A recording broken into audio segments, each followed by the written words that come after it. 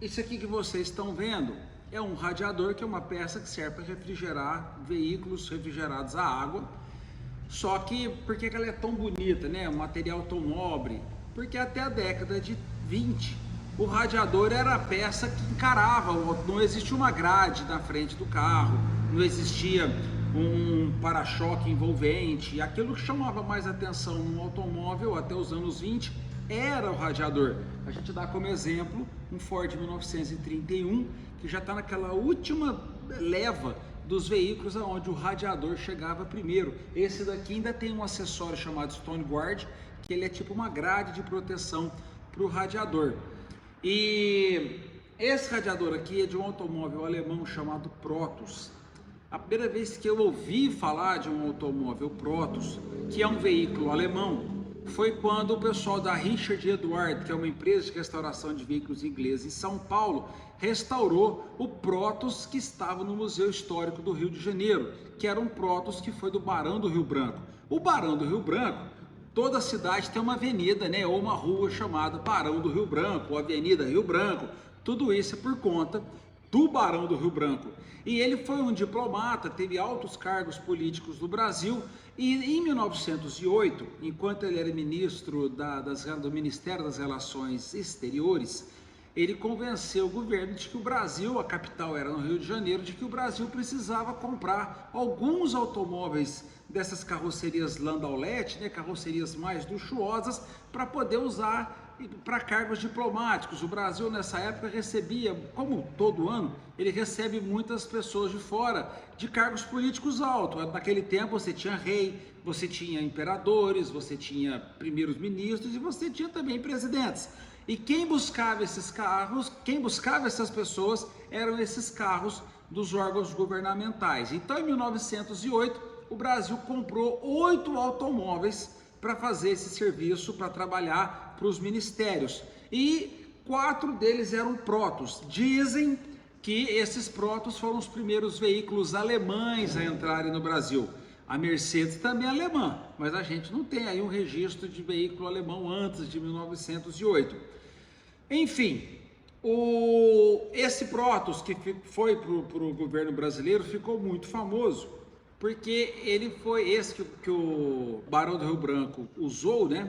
Ele foi sendo muito cuidado até a década de até 1914, 1915, quando alguns automóveis da chancelaria do governo foi para leilão, e esse carro foi conservado quando na década de 20 ele foi doado para o Museu Histórico do Rio de Janeiro, e o museu ficou com esse carro durante praticamente 70 anos até fazer a restauração.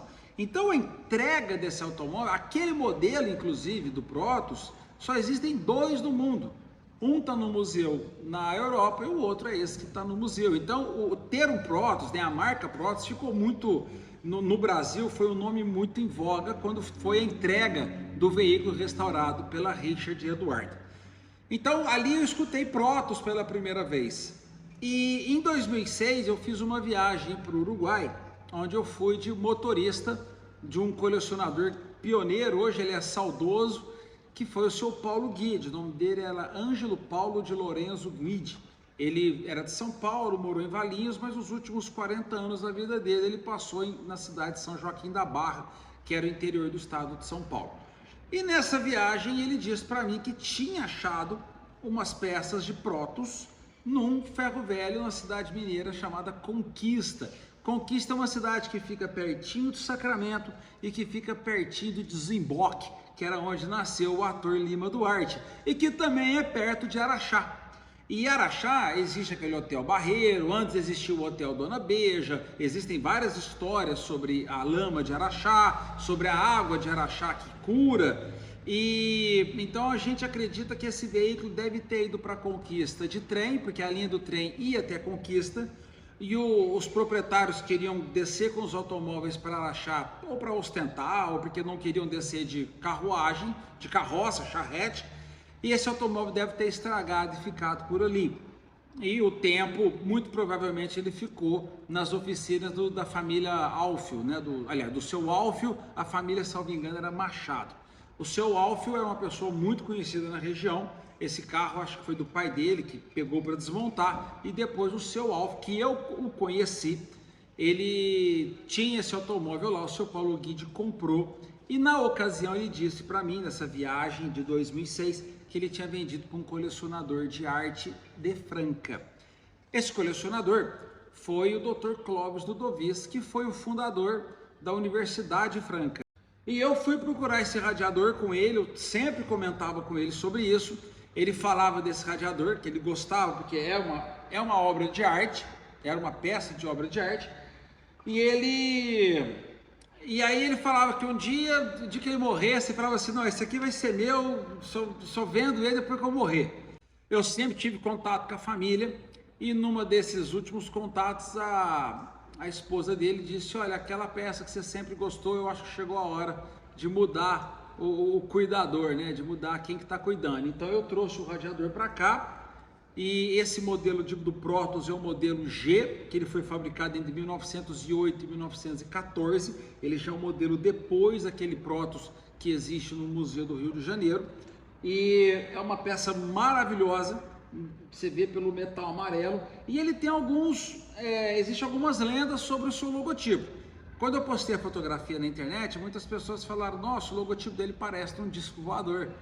E você olhando aqui, ele lembra um pouco, né, o formato do disco voador, mas não dava para ter relação nenhuma. Eu tenho outro amigo que diz que existe um teatro de arena na Praça de Berlim e que a arquibancada é uma arquibancada desse formato tecla de piano. Ele mesmo usou esse termo tecla de piano, que numa visita que ele fez, eu acredito que em Mannheim, eu não lembro agora, eles contaram para ele, tinha um caminhão Protos nessa exposição, e eles disseram que tinha a ver um pouco essa história desse emblema.